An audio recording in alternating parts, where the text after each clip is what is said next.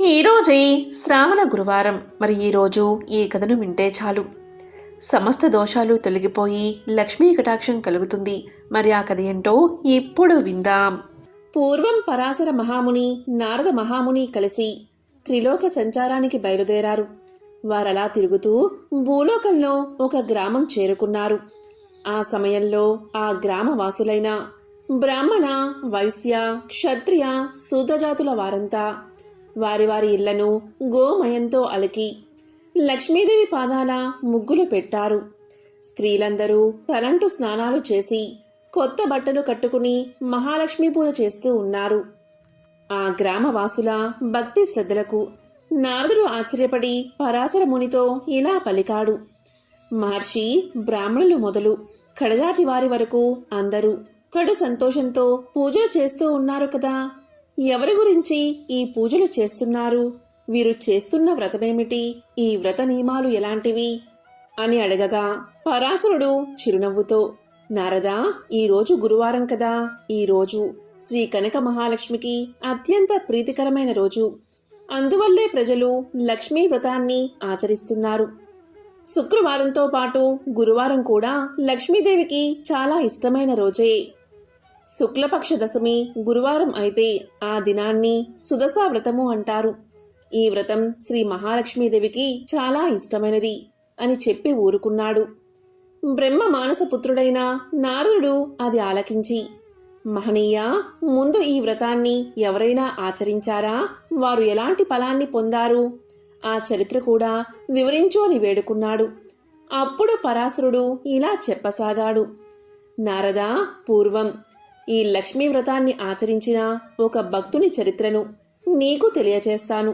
శ్రద్ధగా విని ఆనందించు. ఒకప్పుడు లక్ష్మీదేవి శ్రీ మహావిష్ణువుకు సేవలు చేస్తూ ఇలా పలికింది. నాదా, ఈరోజు నా వ్రతాన్ని ఆచరించే గురువారం కాబట్టి మీరు ఆజ్ఞ ఇస్తే నగరంలో సంచరించి వస్తాను అని ప్రార్థించింది. లక్ష్మీదేవి కోర్కెను మన్నించి విష్ణువు అలాగే పోయిరా అన్నాడు. దీంతో లక్ష్మీదేవి సకల ఆభరణాలు ధరించి పట్టు వస్త్రాలు కట్టుకుని బయలుదేరింది. ఆమె వెళ్లిన వెనకనే విష్ణువు ఒక ముసలి బ్రాహ్మణ స్త్రీ రూపం ధరించి ఆ మాయా వేషంతో ఒక ఇంటిలోకి ప్రవేశించాడు.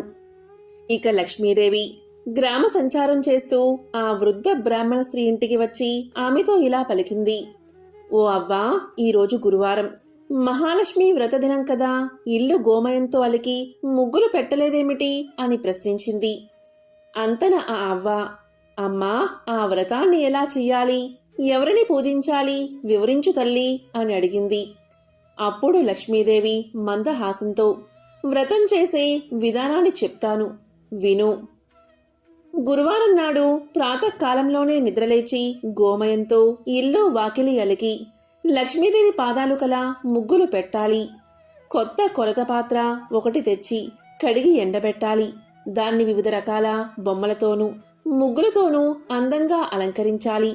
స్నానం చేసి శుభ్రమైన బట్టలు కట్టుకుని శుచిగా ఉంచి ఒక బల్ల కడిగి దానిమీద కొత్త ధాన్యం ఎరుపు, నలుపు, తెలుపు రంగులవి కొద్దిగా వెయ్యాలి.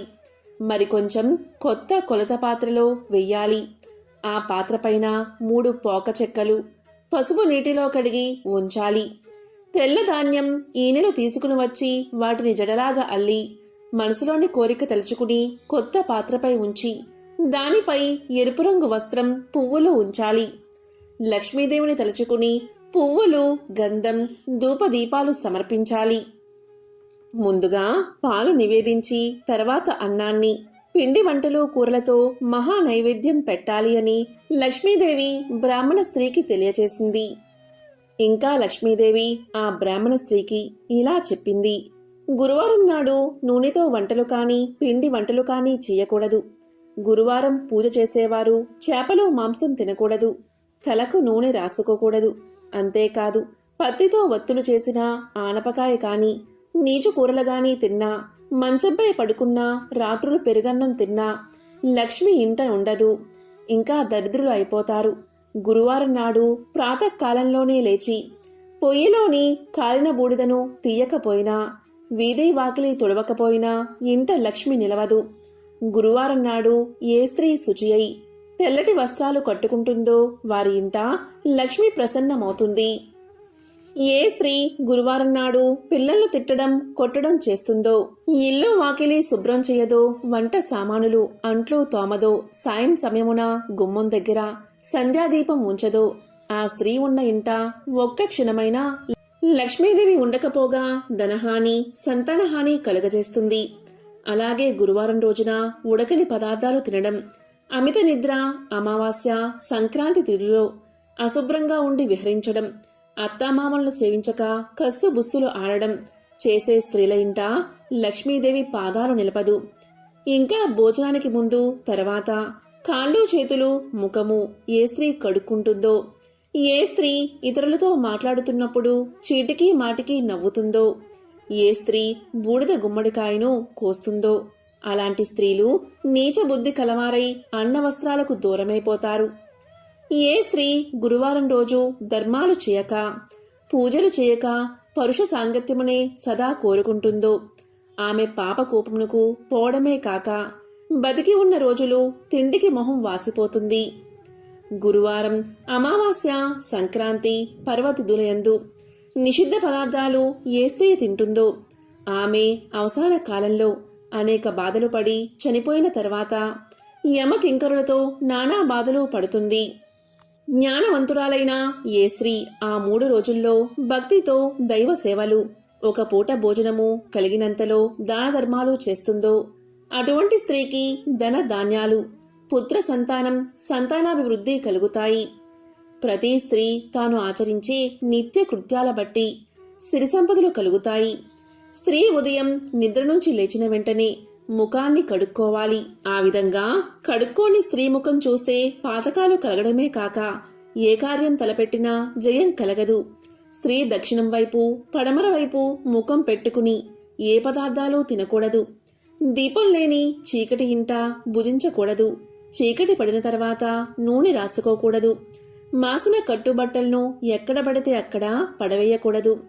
ఏ వనిత ఇంటికి తిరగడం, భర్త ఆజ్ఞ లేకుండానే ఇష్టం వచ్చినట్లు సంచరించడం, భర్త మాటలు వినక ఎదురు చెప్పడం, దైవ కార్యాలయందు దేవ బ్రాహ్మణులయందు భక్తి విశ్వాసాలు లేకుండా ఉంటుందో, దాన ధర్మాలు చేయదో అటువంటి వనిత గృహం రుద్రభూమితో సమానంగా భావించి లక్ష్మీదేవి అక్కడ అడుగు పెట్టదు.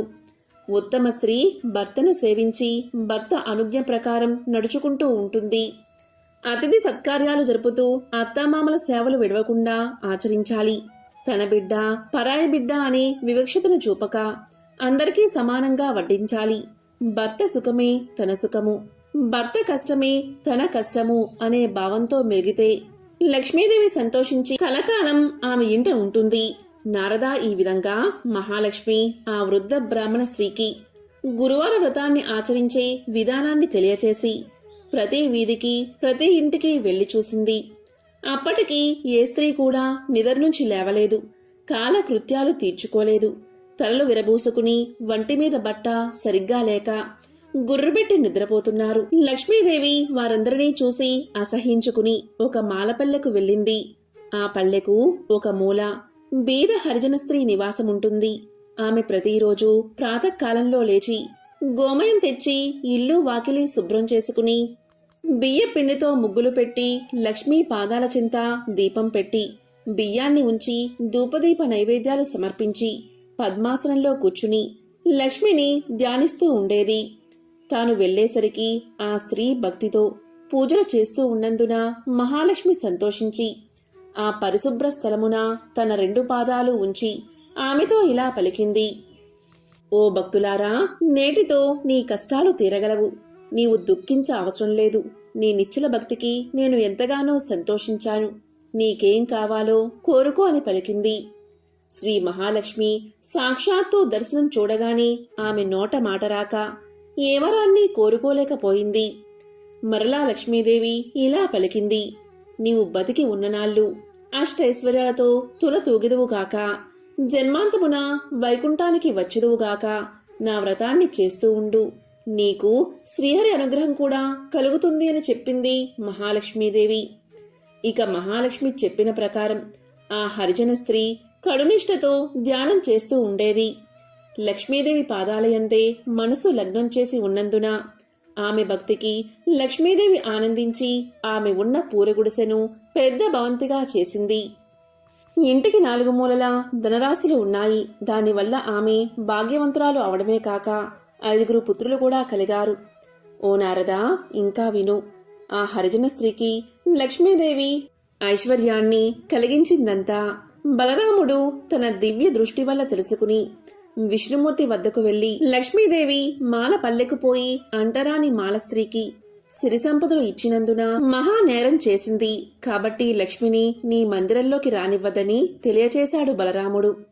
అంతలో గ్రామ సంచారం చేసుకుని వస్తున్న లక్ష్మీదేవి విష్ణు మందిరంలోకి ప్రవేశిస్తూ ఉండగా బలరాముడు ద్వారానికి అడ్డంగా నిలబడి లోనికి రావద్దని శాసించాడు. మరియు శ్రీహరి, నీవు ఈమె ముఖాన్ని చూడవద్దని కృష్ణుణ్ణి ఆజ్ఞాపించాడు. అన్న ఆజ్ఞ ప్రకారం లక్ష్మిని వదిలేయడానికి హరి ఒప్పుకున్నాడు. వెంటనే లక్ష్మీదేవి తాను ధరించి ఉన్న బంగారు నగలు తీసేసి పట్టుచీరను విడిచి చిరిగిన వస్త్రాలు కట్టుకుని ఇల్లు విడిచి వెళ్లవద్దని పరిచారికలు ఎంత బతిమాలినా వినక మరలా వస్తానని చెప్పి వెళ్లిపోయింది. ఆమె వెళ్లిపోయిన తర్వాత బలరాముడు శ్రీహరితో కలిసి మందిరంలోని ప్రతి గదిని చూడగా అన్ని గదులు వెలవెలబోతూ ఉన్నాయి. ధనాగారంలో ధనం లేదు. వస్తు సామాగ్రి అంతా మాయమైపోయింది. వంటలు వండడానికి పదార్థాలు లేవు. బంగారు బిందెలు మట్టి కుండలుగా మారిపోయాయి. ఆఖరికి తాగడానికి పాత్ర కాని నీరు కాని లేకపోవడం వల్ల దాహంతో ఉపవాసం ఉండి బలరాముడు మహావిష్ణువు నిద్రపోయారు. మరనాడు ప్రాతకాలంలో ముఖం కడుక్కోవడానికై నీరు కూడా దొరకలేదు. ఇక వారికి ఏం చెయ్యాలో తోచలేదు. పిచ్చి ఎక్కినట్లు అయినది. అంత బలరాముడు జగన్నాథుడైన విష్ణుమూర్తితో, బలరాముడు ఇలా పలికాడు. తమ్ముడు, మనం నిన్నటి రోజున ఆహారం తీసుకోలేదు. చాలా నీరసించిపోయాము. ఈ రోజైనా తిండి తినకపోతే ఎలా బతుకుతాము? అన్నీ కొరతగా ఉన్నాయి. కాబట్టి మనం బిచ్చం ఎత్తైనా సరే ప్రాణాలు నిలబెట్టుకోవాలి. కాబట్టి మనిద్దరం బయలుదేరదాం రా అని పలకగా జగన్నాథుడు అంగీకరించాడు. ఇద్దరూ సాధు వేషాలు వేసుకుని భిక్షాటనకు బయలుదేరారు. వారు ఎవరింటికి వెళ్లి అడిగినా వారు కపట సన్యాసులు, చోరులు అని ఒక్కరూ భిక్షను పెట్టలేదు. కసరి పొమ్మన్నారు. అలా వారిద్దరూ తిరుగుతూ ఒక షావుకారు ఇంటికి వెళ్లి భిక్షాందేహి అని పలికారు. ఆ ధనికుడికి ఆ సన్యాసుల మీద జాలి కలిగి వారిని ఆదరించి కూర్చోబెట్టి భోజన పదార్థాలు తేవడానికి లోపలికి వెళ్లి చూశాడు. కాని ఇంట్లో ఉన్న పదార్థాలన్నీ మాయమైపోయాయి. దానితో బలరామకృష్ణులిద్దరూ ఆకలి బాధతో తూలిపోతూ ఒక చెరువును చేరుకున్నారు. ఆ కొలను నిండా పద్మాలు విరబూసి ఉన్నాయి. సరే, వీటి తూడుకాయలను తిని ఇప్పటి ఆకలి బాధ తీర్చుకుందామని చెరువులోకి దిగారు. వెంటనే ఆ చెరువంతా ఎండిపోయింది. చేసేది లేక వారు నిరాశతో వెళ్లిపోయారు. అలా వెళ్ళగా వెళ్ళగా ఒక తపస్సాలి కుటీరం కనబడింది బలరామకృష్ణులకు. ఆ కుటీరాన్ని సమీపించి ఆకలి తీరడానికి ఏదైనా పెట్టమన్నారు. అప్పుడు ముని తాను తినడానికి ఉంచుకున్న పాలు, అన్నాన్ని ఇవ్వబోగా ఆ పాత్రలోని అన్నం, పాలు మాయమైపోయాయి. ఇక చేసేది లేక బలరాముడు, విష్ణుమూర్తి సముద్రం వైపుగా పయనించారు. సముద్ర మార్గమున నిత్యానంద స్వాముల వారి ఆశ్రమం కనిపించగా అక్కడికి చేరుకున్నారు. అక్కడ అన్నవస్త్రాలకు లోటు లేదు. ఎవరైనా ఆ ఆశ్రమంలో ఎన్ని రోజులు ఉన్నా ఎంత భోంచేసినా అక్షయ పాత్ర వలె తరగదు. కాని బలరామ జగన్నాథ స్వాములు అక్కడికి చేరుకోగాని లక్ష్మీదేవి ఏ పదార్థాలు లేకుండా చేసింది. దాంతో అన్నదమ్ములిద్దరూ అక్కడ్నుంచి బయలుదేరి మరొక భవనాన్ని చేరుకున్నారు. అది లక్ష్మీదేవి నివసిస్తున్న భవనం. చాలా రోజుల నుంచి తిండి లేక నీరసించి ఉన్న వారిద్దరినీ లక్ష్మీదేవి చూసింది. లక్ష్మీదేవికి జాలి కలిగింది. వెంటనే ఆమె స్వయంగా పిండి వంటలతో భోజనం తయారు చేసి దాసదాసీల చేత వారికి స్నానానికి నీరు పెట్టించి చెలికత్తెల ద్వారా వారికి భోజనం వడ్డించింది. వారు సంతృప్తిగా భోంచేసి బయట ఉన్న అరుగు మీద పడుకున్నారు. కాని వారికి నిద్ర పట్టలేదు. ఆ ఇల్లు, ఆ ప్రాంతం, ఆ వంటకాలన్నీ వింతగా తోచాయి. ఆలోచిస్తున్నారు వారు. అంతలో ఒక చెలికత్తె వచ్చి, ఓ స్వాములారా, మీది ఏ గ్రామం? ఎక్కడి నుంచి ఎక్కడికి వెళ్తున్నారు? మీకు భార్యాపిల్లలు ఉన్నారా? ఇలా ఎందుకు తిరుగుతున్నారు అని అడిగింది. దానికి బలరామ, జగన్నాథ స్వాముల వారికి ఏం చెప్పాలో తోచక ఒకరి ముఖం ఒకరు చూసుకున్నారు. అంతా సర్వేశ్వరుడైన శ్రీహరి మాత్రం ఇలా చెప్పాడు. నేను శ్రీహరిని, ఇతడు నా అన్న బలరాముడు. మా తొందరపాటు వల్ల నా ఇల్లాలైన లక్ష్మీదేవిని ఇంటి నుంచి వెళ్ళగొట్టి ఈ కష్టాలు తెచ్చుకున్నాము. ఏ స్త్రీ వల్ల అష్టైశ్వర్యాలు కలుగుతాయో, ఏ నారీమణి కరుణా కటాక్షాల వల్ల వంశాభివృద్ధి కలుగుతుందో, ఏ వనితామణి ఎల్లవేళ్లయందు తన్ను నమ్మి కొలిచిన వారి ఇళ్లయందే మెలుగుతూ ఉంటుందో అటువంటి లక్ష్మీదేవి మమ్మల్ని విడిచి వెళ్ళిపోయింది.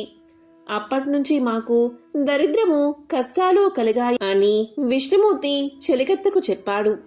ఆ దాసి వల్ల ఆ ఇల్లు లక్ష్మీదేవి మందిరమే అని తెలుసుకుని వారు చాలా ఆనందించారు. అప్పుడు బలరాముడు విష్ణువుతో ఇలా పలికాడు.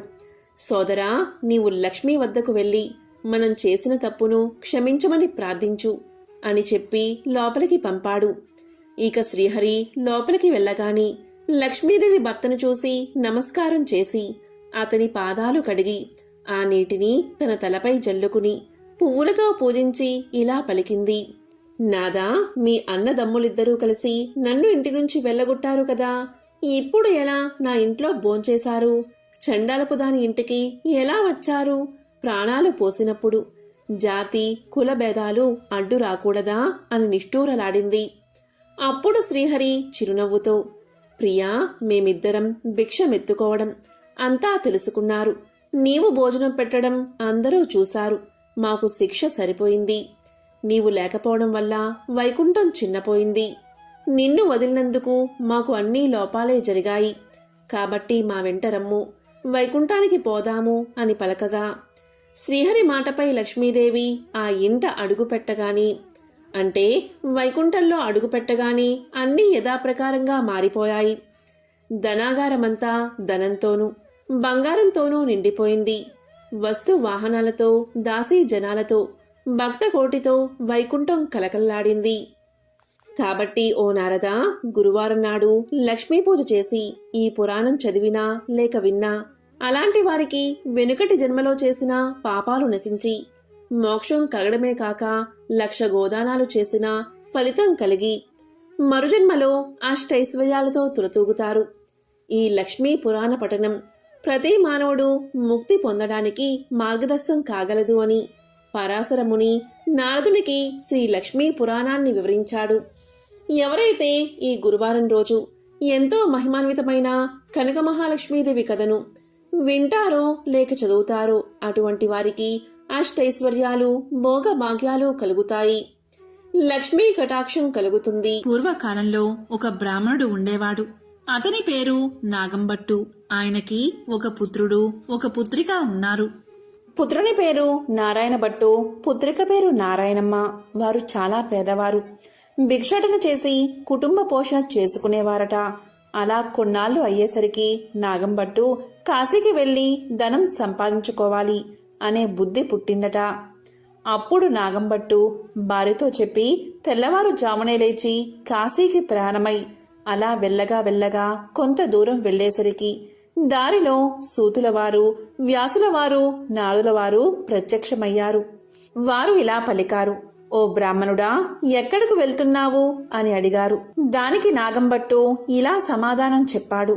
అయ్యా, నేను కాశీకి ధనం సంపాదించుకోవడానికి వెళ్తున్నాను అని చెప్పాడు.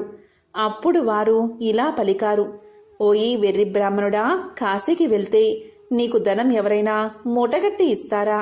కాశీకి వెళ్తే గంగా స్నానం దొరుకుతుంది, విశ్వేశ్వరుల దర్శనం దొరుకుతుంది, అన్నపూర్ణమ్మ దర్శనం దొరుకుతుంది. మేము ఒక కథ చెబుతాము, వింటావా అని అడిగారు. అప్పుడు నాగంభట్టు, మీరు ఏ దేవుని కథో వివరించండి స్వామి అని వేడుకున్నాడు. అప్పుడు వారు ఇలా చెప్పడం మొదలుపెట్టారు. పూర్వకాలంలో కోసల రాజ్యమనే రాజ్యమున్నది. ఆ రాజ్యాన్ని పాలించే దశరథ మహారాజు సంతానం కోసం పుత్ర కామేశ్వరి యాగం చేయగా దేవతలు ప్రత్యక్షమై పాయస పాత్రను ఇచ్చారు. అది పట్టుకు వెళ్లి తన భార్యలైన కౌసల్య, సుమిత్ర, కైకేయి అని 3 భార్యలకు ఇచ్చాడు దశరథుడు. అలా వారు 3 భుజించగాని గర్భవతులు అయ్యారు. 9 మాసాలు నిండగాని చైత్ర శుద్ధ నవమి నాడు పునర్వసు నక్షత్రాన్న శ్రీరామ, లక్ష్మణ, భరత శత్రుఘ్నులు అనే 4 కుమారులు జన్మించారు. వారు దినదిన ప్రవర్ధమానులై బాలచంద్రుడి వలె పెరుగుతూ ఉన్నారు. కొన్నాళ్లు గడిచేసరికి విశ్వామిత్రుడు వచ్చి రామలక్ష్మణులిద్దరినీ యాగ సంరక్షణార్థం తనతో పంపమని దశరథ మహారాజుని అడగగా, విశ్వామిత్రుడితో రామలక్ష్మణులను పంపడానికి దశరథుడు అంగీకరించగా ముని వారిద్దరికీ బల, అతిబల అని విద్యలను నేర్పాడు. రాముడు తాటకిని చంపి శివుడి విల్లు విరిచి సీతను పెళ్లాడి అహల్యను శాప విమోచనం చేసి పరశురాముని గర్భభంగం చేసి కైకవరం చేత 14 ఏళ్లు అరణ్యవాసంలో ఉండగా రావణాసురుడు సీతను ఎత్తుకుని పోగా లంకాపురమునకేగి లంకా దహనం చేసి రావణాసురుడిని వధించి విభీషణుడికి పట్టం గట్టి తిరిగి వచ్చి పట్టాభిషిక్తుడై సుఖంగా రాజ్యాన్ని ఏలుతూ ఉన్నాడు. ఇది రామదేవుని కథగా చెప్పి 5 లక్ష్మీవారాలు పూజలు చేసి ఆవునేతితో దీపం పెట్టి ఆవు పాలు, గోధుమ రవ్వ, పంచదార కలిపి 5 ఉండలుగా ప్రసాదం చేసి రామదేవునికి నైవేద్యం పెట్టాలి. 1 ఉండ రామదేవుడికి, 1 ఉండ బ్రాహ్మణుడికి, 1 ఉండ మొత్తైదువుకి, 1 ఇరుగు పొరుగు వారికి, 1 ఉండ భార్యా పిల్లలు తినాలి. ఈ విధంగా 5 లక్ష్మీవారాలు పూజ చేయాలి. నిత్యం రామదేవుని కథ చెప్పుకున్న అష్ట ఐశ్వర్యాలతో, ఇష్ట సంపదలతో తులతూగుతారు. సకల సౌభాగ్యాలు, సుఖాలు కలుగుతాయి. కష్టాల్లో ఉన్నవారు ఈ కథను చదివితే కష్టాలు పోయి సుఖంగా ఉంటారు. పెళ్లి కాని వారికి పెళ్ళవుతుంది. దరిద్రులు ధనవంతులు అవుతారు. చెవిటి వారికి చెవుడు పోతుంది. గుడ్డివారికి కళ్ళు వస్తాయి. శరీరంలో ఏ జాడ్యాలు ఉన్నా పోతాయి. శత్రువులు మిత్రులవుతారు. పోయిన పదార్థాలు చేతికి వస్తాయి. తీర్థయాత్ర ప్రాప్తి కలుగుతుంది. దైవ దర్శనం అవుతుంది. ఇహలోక సౌఖ్యాలన్నీ పొందిన తర్వాత వైకుంఠ ప్రాప్తి కలుగుతుంది. ఈ విధంగా రామదేవుని కథ చెప్పి శ్రీరాముల వారిని సకలోపచారాలతో పూజించి నైవేద్యం సమర్పించాలని నీవు ఇంటికి వెళ్ళమని చెప్పారు ఋషులు. దీంతో నాగంభట్టు ఇంటికి వెళ్లేసరికి అతని ఇంట ధనధాన్యాలు తులదూగుతూ ఉన్నాయి. అప్పట్నుంచి రాములవారిని మరవకుండా పూజ చేస్తూ ఉన్నాడు. కొంతకాలం గడిచేసరికి నాగంభట్టు కాశీకి వెళ్ళాలి అనుకున్నాడు. అందుకని అతను కొంచెం ధనం మూటకట్టుకుని కాశీ కావడి భుజం మీద వేసుకుని కుమారుణ్ణి, కుమార్తెను పిలిచి, అబ్బాయి, అమ్మాయి, మీరు కథ విడవకుండా శ్రద్ధగా చెప్పుకుంటూ ఉండమని నారాయణమ్మతోనూ నారాయణ భట్టుతోనూ చెప్పి కాశీకి ప్రయాణమై వెళ్ళిపోయాడు. ఆ మరునాడు కుమారుడు ఆయా వారానికి వెళ్ళి వచ్చి, అమ్మా, రామదేవుని కదా చెబుతాను, విందువుగాని రామ్మా అని పిలిచాడు. దానికి తల్లి, నాయనా, వంటవేళ పొద్దున్నే దాసి పాచిపనికి వచ్చే వేలైనది, ఇప్పుడు కథ వినను అని పలికింది. మళ్లీ మధ్యాహ్నం కథ చెబుతాను, విందువుగాని రావమ్మా అని పలికాడు. దానికి తల్లి, ఇప్పుడేమి కథనాయనా, పడకవేళ, నిద్రవేళ, ఇప్పుడు వినను అని పలికింది. సాయంత్రం అయిన తర్వాత మంగళహారతులిచ్చి తిరిగి అమ్మను పిలవగా ఆమె పాలు కాచి తోడు వేయాలి, బంగారం వెండి దాచాలి అని చెప్పింది. నారాయణ భట్టు ఈమెకు దరిద్రకాలం సంభవించుచున్నది అని తలిచి పడుకున్నాడు. దీంతో రామదేవునికి కోపం వచ్చి ఎలా వచ్చిన ఐశ్వర్యాలు అలాగే వెళ్లిపోగా బిందెలు, చెంబులు, గిన్నెలు అన్నీ దొరలి ఇరుగు పొరుగు వారి ఇళ్లకు వెళ్లిపోయాయి. పూర్వం నుంచి ముష్టి ఎత్తుకుని చిల్లు రాగి చెంపు కూడా దొర్లి వెళ్లిపోతూ ఉండడం వల్ల అప్పుడు నారాయణమ్మ చూసి, అమ్మా, అదైనా ఉంచమని కోరవే అమ్మా అని చెప్పగా ఆమె అదైనా ఉంచు రామదేవుడా తండ్రి అని వేడుకోగా ఆ చెంబు తప్ప మిగతావన్నీ వెళ్లిపోయాట. వారి గూటిలో ఉన్న వెండి కంచం కూడా దొర్లిపోతూ ఉండగా అప్పుడు ఆమె కంచం అంచు పట్టుకుని లాగినదట. సగం అంచు వారికి, సగం అంచు పొరుగువారికి వెళ్లిపోయిందట. మరునాటి ఉదయమున ఆమె వారింటికి నిప్పు కోసం వెళ్లి వారింట్లో ఉన్న కంచం అంచు మాదే అన్నదట.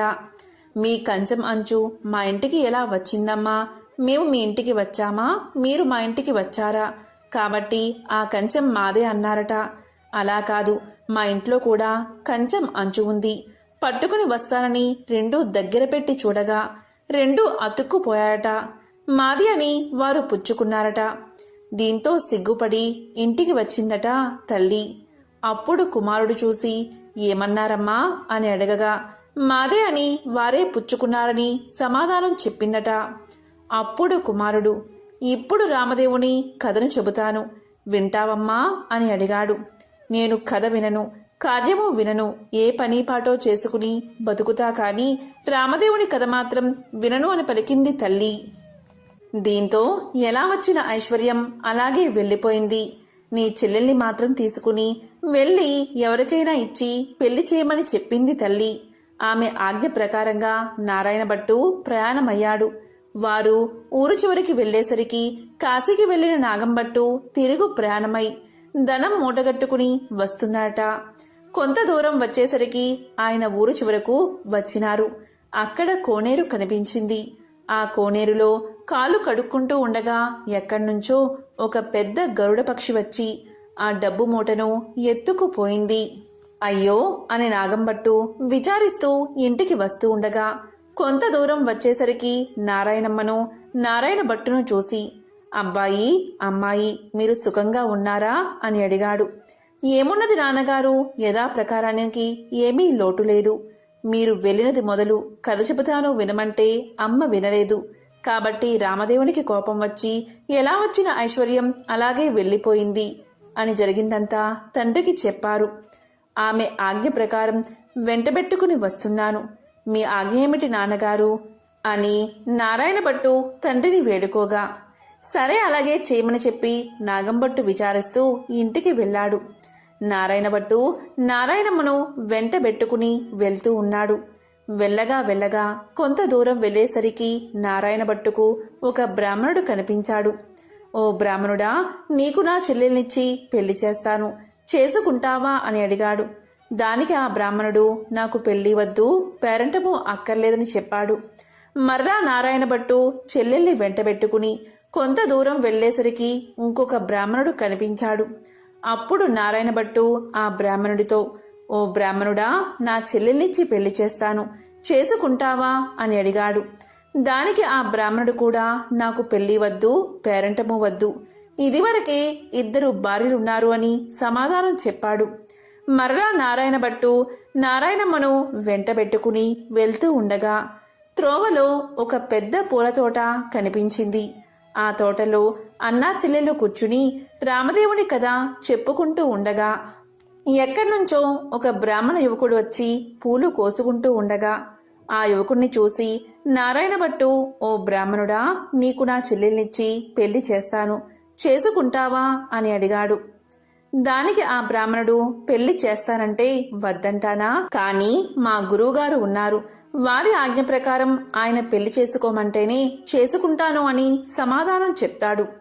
అప్పుడు నారాయణ భట్టు మీ గురువుగారు ఎక్కడున్నారు అని అడగగా పలానా తోటలో ఉన్నారని బ్రాహ్మణుడు సమాధానం చెప్తాడు. వెంటనే నారాయణ భట్టు గురువుగారి దగ్గరకు వెళ్లి ఇలా పలుకుతాడు. అయ్యా గురువుగారు, మీ శిష్యుడికి నా సోదరునిచ్చి పెళ్లి చేస్తాను, తమరు ఒప్పుకుంటారా అని అడగగా అంతట గురువుగారు ఇలా పలికారు. బ్రహ్మచారిని గృహస్థుడిగా చేస్తానంటే వద్దంటానా, కాని వాడి దగ్గర చింతాకంత బంగారం లేదు, గోపాదమంతా భూమి లేదు, మీకిష్టమైతే చెయ్యండి, కష్టమైతే మానేయండి అని పలికారు గురువుగారు. అప్పుడు నారాయణ భట్టు గురువుగారికి దండం పెట్టి అలాగ ఎక్కడికో వెళ్లి 4 అరిటాకులు తెచ్చి పందిరి వేసి గుచ్చిన ముత్యాల తోరణాలు కట్టి గుచ్చని ముత్యాలు తలంబ్రాలు పోసి 70 యాగాల నారాయణమ్మనిచ్చి పెళ్లి చేశాడు. వారు అక్కడే కూర్చుని కథ చెప్పుకున్నారట. అలా కొన్నాళ్లు గడిచేసరికి ఒక విప్రుడు వచ్చి ఇలా పలికాడట. మీకు 4 ఎకరాల భూమిని దారపోస్తాను, పుచ్చుకోవలసిందిగా చెప్పగా అప్పుడు వారు మేము రామదేవుని కథ చెప్పుకుంటున్నాము, కథ అయితే పుచ్చుకుంటాం, మీకిష్టమైతే కూర్చుని కథ వినండి అని పలికారు. కథ అయిన తర్వాత ఆ బ్రాహ్మణుడు రాగి చెంపులో నీరు పోసి పలానా తోటలో ఆస్తి ఉన్నది, అనుభవించమని 4 ఎకరాల భూమి వారికి దారపోసి ఆ విప్రుడు ఎక్కడికో వెళ్ళిపోయాడు. ఆ 4 ఎకరాల భూమి అనుభవిస్తూ కథ చెప్పుకుంటూ అక్కడే ఉండిపోయారు. అలా కొన్నాళ్లు గడిచేసరికి ఆ ఊరి రాజుగారు ఒక భవనం కట్టించి కొంత ధనం పుణ్య దంపతులకు దారపోయాలని చూస్తున్నారట. ఎక్కడ వెతికినా సరైన పుణ్య దంపతులు రాజుకు దొరకలేదు.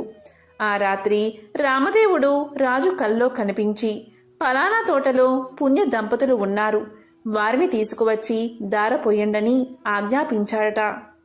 రామదేవుని ఆజ్ఞ ప్రకారం మర్నాడు ఉదయమే లేచి 16 మంది బోయలను పల్లకిని పంపాడంట రాజు.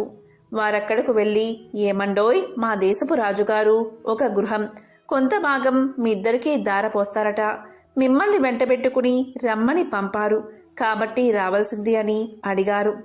అప్పుడు ఆ దంపతులు, మేము రామదేవుని కథ చెప్పుకుంటున్నాం, మీకిష్టమైతే కూర్చుని కథ వినండి అనగా, బోయిలు కథ విన్న తర్వాత ఆ పుణ్య దంపతులను తీసుకుని వెళ్లి రాజుగారికి అప్పగించారు. దీంతో రాజు సంతోషంతో గృహాన్ని ధనాన్ని వారికి దారపోసి వెళ్లిపోయాడు.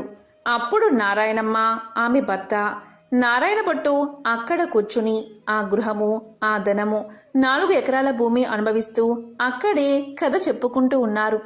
కొన్ని రోజులు గడిచేసరికి నారాయణ భట్టు, అమ్మాయి, నేను ఎన్ని దినాలు ఇలా ఉంటాను, కాబట్టి నే వెళ్ళి రామదేవుణ్ణి తీసుకువస్తాను, నీవు నీ భర్త కథని మానకుండా చెప్పుకోండి అని చెప్పి నారాయణ భట్టు ప్రయాణమై వెళ్ళిపోగా నారాయణమ్మ ఆమె భర్త కథ చెప్పుకుంటూ ఉన్నారు. నారాయణ భట్టు కొంత దూరం వెళ్ళగా ఒక గ్రామం వచ్చింది. ఆ గ్రామంలో ఒక గొల్లవాడు వడ్లు ఎండబోసుకుని కాపలాగా కూర్చున్నాడు. ఆ గొల్లవాడిని చూసి నారాయణ భట్టు ఇలా పలికాడట, గొల్ల, ఈ గ్రామంలో విశేషాలేమిటి అని అడగగా, గొల్లవాడు, ఏమున్నది బాబు, నేను పుట్టుకతోనే అందుణ్ణి, మా వాళ్ళు వడ్లు ఎండబోసి నన్ను కాపలాగా కూర్చోమనగా కర్రబుచ్చుకుని కూర్చున్నాను, నా అవస్థ ఇలా ఉంది బాబు అనగా, నారాయణ భట్టు ఒక కథ చెబుతాను, వింటావా అని అడిగాడు. దానికి గొల్లవాడు వింటాను అని చెప్పగా నారాయణ భట్టు రామదేవుని కథ వ్రత విధానం చెప్పేసరికి గొల్లవానికి కొంచెం కళ్ళు కనిపించాయి. ఓహో, కథలోనే ఇంత మహత్యముంది, వ్రతం చేసుకుంటే ఇంకెంత మహత్యముంటుందో అనుకుని గొల్లవాడు ఏ దైవానిదో ఏ దేవుడో చెప్పమన్నాడు. అది రామదేవుని మహత్యం. 5 లక్ష్మీవారాలు పూజ చేసి అవునేతో దీపం పెట్టాలి, ప్రసాదం 5 ఉండలు చేసి రామదేవుని ముత్తైదువులకు బ్రాహ్మణులకు ఇరుగు పొరుగువారికి ఇచ్చి భార్యా పిల్లలు తినాలి అని చెప్పి నారాయణ భట్టు వెళ్ళిపోయాడు. ఇలా నారాయణ భట్టు చెప్పి కొంత దూరం వెళ్లేసరికి ఒక రాజు విచారిస్తూ ఉన్నాడు. ఆ రాజును చూసి నారాయణ భట్టు ఇలా పలికాడు, ఏమి రాజా విచారిస్తున్నారు అని అడిగాడు. దానికి రాజుగారు, నాయనా, నా భార్యా బిడ్డలు పరారయ్యారు, నా రాజ్యం పరాయి రాజులు తీసుకున్నారు, నా అవస్థ ఇలా ఉన్నది అని చెప్పాడు. దానికి నారాయణ భట్టు, నేనొక కథ చెబుతాను, వింటారా అని అడిగాడు. దానికి రాజుగారు, వింటాను, చెప్పవలసింది మహానుభావా అని పలకగాని నారాయణ భట్టు రామదేవుని కథంతా చెప్పి వ్రత విధానమంతా వివరించాడు. ఆ రాజుగారు వ్రతం చేసుకోగా పరారైన భార్యాబిడ్డలు పరాయిరాజు తీసుకున్న రాజ్యం తిరిగి ప్రాప్తించింది. అప్పుడు రాజు సంతోషంతో నారాయణ భట్టును చూసి, ఏమండి మహానుభావా, మీరు ఏ దేవుడో చెప్పవలసింది, మిమ్మల్ని పూజ చేసుకుంటాము అని పలకగాని నారాయణ భట్టు, నేను ఏ దేవుణ్ణి కాను, ఇది రామదేవుని కథామహత్యం, మీరు 5 లక్ష్మీవారాలు 5 ఆదివారాలు పూజ చేయమని చెప్పి వ్రత విధానమంతా చెప్పి మరలా కొంత దూరం వెళ్ళగా ఒక స్త్రీ విచారిస్తూ కూర్చుని ఉన్నది. ఆ స్త్రీని చూసి నారాయణ భట్టు, ఎందుకు విచారిస్తున్నావు అని అడగగా ఆ స్త్రీ ఇలా పలికింది, ఏముంది బాబు, చిన్నతనంలోనే పెళ్ళయింది, నా భర్త దేశాంతరం వెళ్ళిపోయాడు, నా తల్లి తండ్రి అత్తమామలు కొన్నాళ్ళు చూసి ఎన్నాళ్ళు నిన్ను ఇలా చూస్తాము అని వదిలేశారు, కాబట్టి నా అవస్థ ఇలాగున్నది బాబు అని తెలియచేసింది. అప్పుడు నారాయణ భట్టు, నేనొక కథ చెబుతాను, వింటావా అని అడిగాడు. అలాగే వింటాను బాబు అని ఆమె అనగా నారాయణ భట్టు రామదేవుని కథంతా చెప్పి వ్రత విధానమంతా చెప్పేసరికి దేశాంతరం వెళ్లిన ఆమె భర్త తిరిగి వచ్చాడు. తల్లి తండ్రి అత్తమామలు వచ్చారు. ఆమె సంతోషించి నారాయణ భట్టుని చూసి, ఏమండి మహానుభావా, మీరు ఏ దైవానివో మిమ్మల్ని మేము పూజ చేసుకుంటాము అని చెప్పగా దానికి నారాయణ భట్టు ఇలా సమాధానం చెప్పాడు. నేను ఏ దైవాన్ని కాదు, ఇదంతా రామదేవుని కథామహత్యం. 5 లక్ష్మీవారాలు 5 ఆదివారాలు మానకుండా పూజ చేయమని కథ విధానమంతా చెప్పి కొంత దూరం వెళ్లేసరికి ఒక గ్రామం వచ్చింది. ఆ గ్రామంలో ఒక ఇల్లాలి ఇంటికి వెళ్లి, అమ్మా పూజ చేసుకుంటాను, కొంచెం ఇల్లు ఇస్తావా అని అడిగాడు. దానికి ఆమె, మా ఇంటిలో మడి ఆచారం కనుక కుదరదు, ఇల్లు లేదు, వెళ్ళిపో అన్నది. అప్పుడు నారాయణ భట్టు, కోనేరైనా చూపించు తల్లి అని అడిగాడు. దానికి ఆమె, తూర్పు దిశ ఈశాన్య మూలగా ఒక కోనేరున్నది, వెళ్ళమని పలికింది.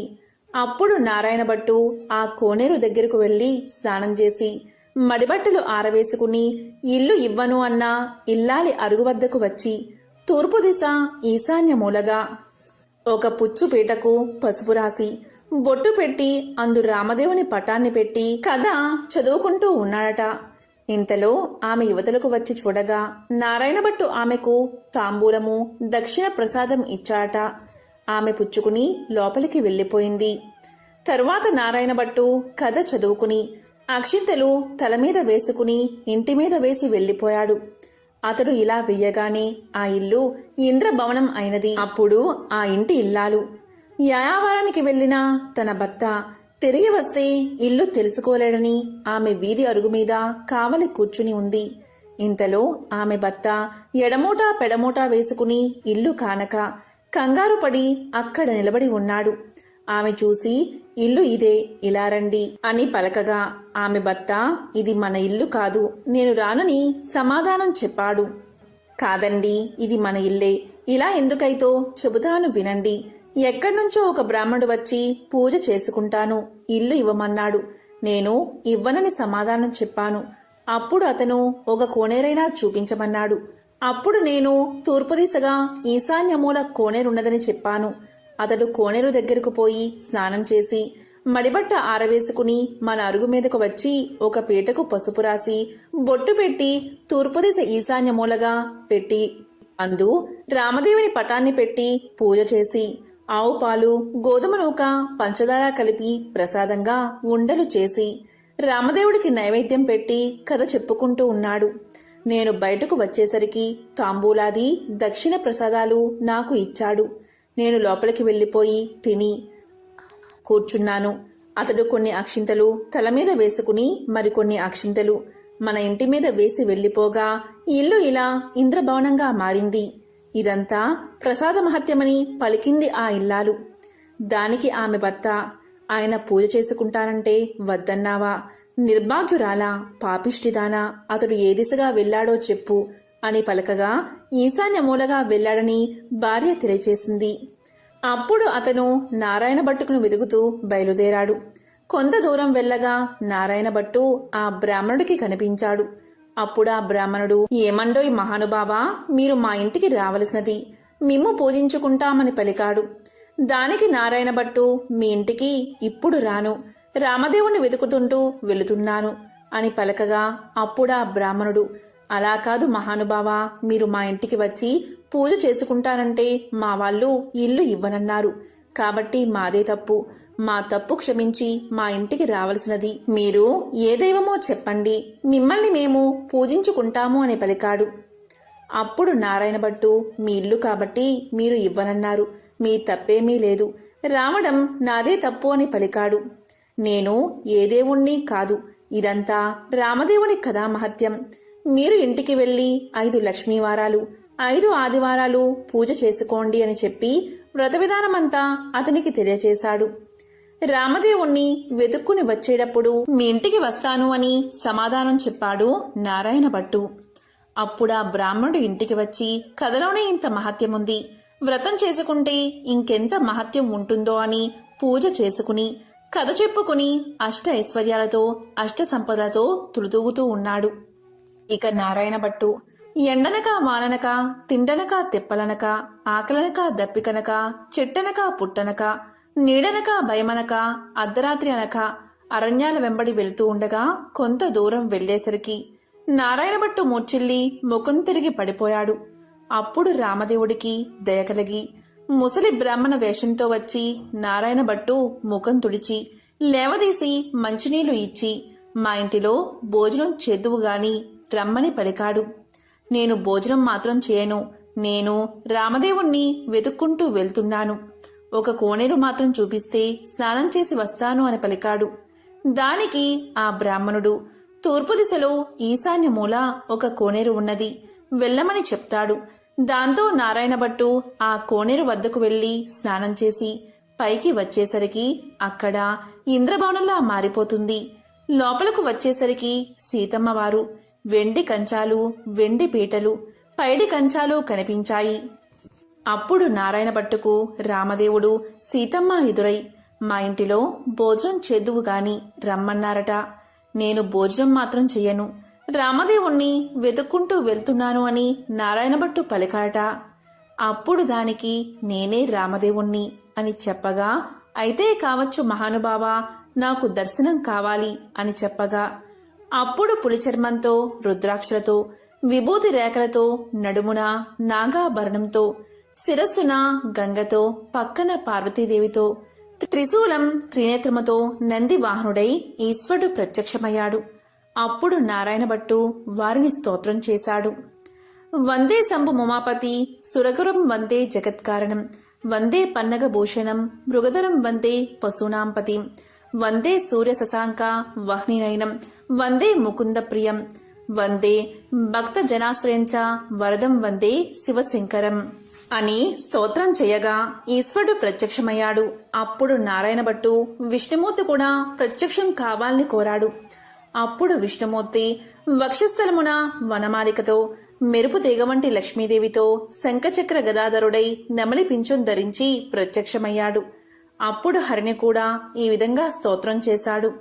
శాంతాకారం భుజగశయనం పద్మనాభం సురేశం విశ్వాకారం గగన సదృశం మేఘవర్ణం శుభాంగం లక్ష్మీకాంతం కమలనయనం యోగి హృద్యాన గమ్యం వందే విష్ణుం భవభయహరం సర్వలోకైకనాథం అని స్తోత్రం చేయగా విష్ణుమూర్తి ప్రత్యక్షమయ్యాడు. అప్పుడు నారాయణభట్టు రామదేవుడు ప్రత్యక్షం అవ్వాలి అన్నాడు. రామదేవుణ్ణి స్తోత్రం చేసేసరికి హనుమ సీతారామ లక్ష్మణ భరత శత్రుఘ్నులు సప్రభార సహితంగా శ్రీరామచంద్రుడు ప్రత్యక్షమయ్యాడు. అప్పుడు రామదేవుడు ఇప్పుడైనా భోజనం చేస్తావా అని నారాయణభట్టును అడిగాడు. అలాగే చేస్తా కాని భోజనం అయిన తర్వాత నాతో వస్తానని అభయహస్తమిస్తే భోజనం చేస్తానని పలికాడు. అప్పుడా సీతమ్మ తల్లి 4 కూరలు, నవకాయ పిండి వంటలతో పంచభక్ష పరమాన్నాలు వండి వెండి కంచాలు, పైడి పీటలు వేసి వారు బందుకోటి పరివార సహితంగా నారాయణభట్టుకు సీత మహాతల్లి భోజనం వడ్డించింది. అందరూ భోజనాలు చేసి లేచి కర్పూర తాంబూలాలు వేసుకున్న తర్వాత నాతో వస్తానని అభయహస్తమిచ్చావు, కావున మా ఇంటికి నాతో రావాల్సిందని కోరాడు నారాయణభట్టు. అప్పుడు నారాయణభట్టు ముందు రామదేవుడు వెనుక తాను బయలుదేరి వెళ్తున్నారు. అలా కొంత దూరం వెళ్లి నారాయణభట్టు వెనుతిరిగి చూశాడు. అప్పుడా రామదేవుడు కనిపించలేదు. అంత నారాయణభట్టు ముఖం తిరిగి మూర్ఛ వచ్చి నేల మీద పడిపోయాడు. అప్పుడు రామదేవుడికి దయకలిగి ఒక ముసలి బ్రాహ్మణ వేషంలో వచ్చి నారాయణభట్టు ముఖం తుడిచి లేవదీసి మంచినీళ్లు ఇచ్చి, ఏమీ ఇలా పడిపోయావు, నాతో నడవలేని వాడవు, నన్ను ఎందుకు రమ్మన్నావు అని అడిగాడు. దేవా, నీ మహిమను బ్రహ్మాది దేవతలు, యోగీశ్వరులు, మునీశ్వరులు తపస్సులు తెలుసుకోలేరు. నీ మహత్యం తెలుసుకోవడానికి నేనెంత వాడని, నా తప్పులు క్షమించి నాతో రావలసినది అని నారాయణభట్టు రామదేవుణ్ణి ప్రార్థించాడు. అప్పుడు రామదేవుడు అలాగే వస్తానని, నీవు వచ్చేటప్పుడు ఎవరి ఇళ్లకు వెళ్ళావో వారి ఇళ్లకు నన్ను కూడా నీ భుజాలపై ఎక్కించుకుని తీసుకెళ్లమన్నాడు. అప్పుడు నారాయణభట్టు రామదేవుణ్ణి భుజాలపై ఎక్కించుకుని కొంత దూరం వచ్చేసరికి ఇల్లు ఇవ్వను అని చెప్పినా ఇల్లాలి ఇంటికి వచ్చారు. అక్కడ ఆ ఇల్లాలు ఆమె భర్త కూర్చుని రామదేవుని కథ చెప్పుకుంటున్నారు. వారి భక్తికి మెచ్చి వారికి అష్ట ఐశ్వర్యాలు, ఆయురారోగ్యాలు ఇచ్చి కాపాడి రక్షించాడు రామదేవుడు. మరికొంత దూరం వచ్చేసరికి గొల్ల ఇల్లు వచ్చింది. ఆ రోజు ఆదివారం. నారాయణభట్టు చెప్పిన మాదిరి పూజ చేసుకుని కథ చెప్పుకుంటున్నారు. వారిని మెచ్చి ఐశ్వర్యాలు, ఆయురారోగ్యాలు ఇచ్చి సిరి సంపదలు ఎడబాయకుండా వారిని కాపాడి రక్షించారట. ఇంకా కొంత దూరం వచ్చేసరికి చెల్లెలి ఇల్లు వచ్చింది. అక్కడ వారు రామదేవుని కథ చెప్పుకుంటూ బంగారపు ఉయ్యాల్లో ఊగుతున్నారు. వారిని మెచ్చి ఆయురారోగ్యాలు ఇచ్చి సిరి సంపదలు ఇచ్చి కాపాడి రక్షించాట రామదేవుడు. అప్పుడు నారాయణమ్మ తన ఇంటికి అన్నయ్య వచ్చాడని కాళ్ళు కడుక్కోవడానికి నీళ్ళిచ్చి దాహానికి మజ్జిగ ఇచ్చి మర్యాద చేసింది. అప్పుడు నారాయణ భట్టు ఇలా పలికాడు, అమ్మాయి, నన్నిలా మర్యాద చేయక్కర్లేదు. నేను రామదేవుణ్ణి తీసుకువచ్చాను. నీవు నీ భర్త మా ఇంటికి రావాలి. మనమందరం పూజ చేసుకుందాము అని చెప్పాడు. అప్పుడామె సంతోషంతో అలాగే వస్తానని పలికింది. నారాయణమ్మ ఆమె భర్తతో, నారాయణ భట్టు రామదేవునితో సహా వారందరూ బయలుదేరి వారి గ్రామం పొలిమేరకొచ్చేసరికి గ్రామంలోని వారు కొందరు చూసి పరుగున వెళ్లి వారి తల్లిదండ్రులతో ఇలా పలికారు, ఏమండోయ్ నాగం భట్టుగారు, మీ అబ్బాయి అమ్మాయి అల్లుడు ఇంకా ఎవరో బయలుదేరి వస్తున్నారు అని పరుగున వెళ్లి చెప్పారు. అప్పుడు నారాయణ భట్టు తల్లిదండ్రులు పరుగున వచ్చి సంతోషంతో కొడుకుని కూతుర్ని కౌగలించకబోయారట. అప్పుడు నారాయణ భట్టు చూసి, అమ్మా, నన్ను ముట్టుకోవద్దు. ఇప్పుడు నేను రామదేవుణ్ణి తీసుకువస్తున్నాను. మీరు మా ఇంటికి వెళ్లి 4 మూలలు దులిపి నల్లగా అలికి తెల్లగా ముగ్గు పెట్టి పచ్చగా పసుపు రాసి మామిడాకుల తోరణాలు కట్టి ఒక పీటకు పసుపు రాసి బొట్టు పెట్టి తూర్పు దిశ ఈశాన్య మూలగా ఉంచి రామదేవుని పటం పెట్టి గోధుమ నూక పంచదార ఆవుపాలు కలిపి ప్రసాదం 5 ఉండలు చేసి పూజకు అన్నీ సిద్ధం చేసి నాకు కబురు చెయ్యండి. అప్పుడు నేను రామదేవుణ్ణి తీసుకువస్తాను అని చెప్పాట. వారు సంతోషంతో ఇంటికి వచ్చి 4 మూల్లా దులిపి అలికి ముగ్గులు పెట్టి పచ్చగా పసుపు రాసి మామిడాకుల తోరణాలు కట్టి 4 మూల్లా వెతకగా ఒక పుచ్చుపీట కనిపించింది. ఆ పీటకు పసుపు రాసి బొట్టు పెట్టి కుమారుడు చెప్పిన ప్రకారంగా సిద్ధం చేశారు. నీవు రామదేవుణ్ణి తీసుకురమ్మని కుమారుడికి కబురు పంపారు. అప్పుడు నారాయణ భట్టు సంతోషంతో రామదేవుణ్ణి భుజాలపై ఎక్కించుకుని ఆ గ్రామం 4 వీధులు ఊరేగించి ఇంటికి తీసుకువచ్చి రామదేవుడితో, తండ్రి, మా ఇంటిలో మీరు కుడిపాదం పెట్టాలని ప్రార్థించాడు. అప్పుడు రామదేవుడు వారి ఇంట్లో కుడిపాదం పెట్టేసరికి పెద్ద ఇంద్రభవనంగా మారిపోయింది. అప్పుడు నారాయణ భట్టు రామదేవుడితో ఇలా పలికాడు, అపరాధిని కాబట్టి నాకు ఉన్న ఈ పుచ్చుపీటయే సింహాసనమనుకుని దయ ఉంచి తమను కూర్చోవలసింది అని వినయంగా ప్రార్థించాడు. ఆ మాట రామదేవునికి జాలి కలిగి ఆ పీట మీదే కూర్చునేసరికి అది వజ్రాలు, వైడూర్యాలు, కెంపులు, మాణిక్యాలతో చేసిన బంగారపు సింహాసనంగా మారిందట. అందు హనుమ, సీత, లక్ష్మణ, భరత, శత్రుఘ్నాది సపరివార సహితంగా శ్రీరామచంద్రమూర్తి తన ఇంటిలో ఆసీనులై వెలిసారట. అప్పుడు రామదేవుని వ్రతం చేసుకుందామనేసరికి అంతలోనే ఎక్కడ్నుండో ఒక బీద బ్రాహ్మడు వచ్చి, ఏమండోయ్ నాగంభట్టు గారు, మీ అబ్బాయికి మా అమ్మాయినిచ్చి పెళ్లి చేస్తాం, ఒప్పుకుంటారా అని అడగగా, పెళ్లి చేస్తానంటే వద్దంటానా బాబు, అలాగే చేసుకుంటాము అని పలికాడట నాగంభట్టు. నాగంభట్టు గారు పచ్చని పందిర్లు వేయించి గుచ్చిన ముత్యాల తోరణాలు కట్టి గుచ్చని ముత్యాలు తలంబ్రాలు పోసి 70 యాగాల నారాయణ భట్టు పెళ్లి చేశాడు. నారాయణ భట్టు పెళ్లిన తర్వాత నాగంభట్టు భార్య, నారాయణ భట్టు భార్య నారాయణమ్మ, ఆమె భర్త వారంతా రామదేవుని వ్రతం చేసి 5 లక్ష్మీవారాలు 5 ఆదివారాలు పూజ చేసి నైవేద్యం పెట్టి కథ మానకుండా చెప్పుకుంటూ ఉండగా వారి భక్తికి మెచ్చి రామదేవుడు వారిని రక్షించాట, సకల ఐశ్వర్యాలను కలిగించాట, ఆరోగ్యంగా జీవించేలా వరాన్ని ప్రసాదించాట. ఈ నోము ప్రపంచమంతా నోచిన వారందరూ అష్ట ఐశ్వర్యవంతులై సుఖంగా ఉండిరి. ఎంతో పవిత్రమైన విశేషమైన ఈ రామదేవుని కథను ఎవరైతే ప్రతిరోజు చెప్తారో లేక వింటారో లేక వినిపిస్తారో అటువంటి వారికి సకల ఐశ్వర్యాలు, భోగ భాగ్యాలు కలుగుతాయి. ఆ శ్రీరామచంద్రుడి అనుగ్రహం తప్పకుండా కలుగుతుంది. ఓం రామచంద్రాయ నమః. ఓం నమః శివాయ.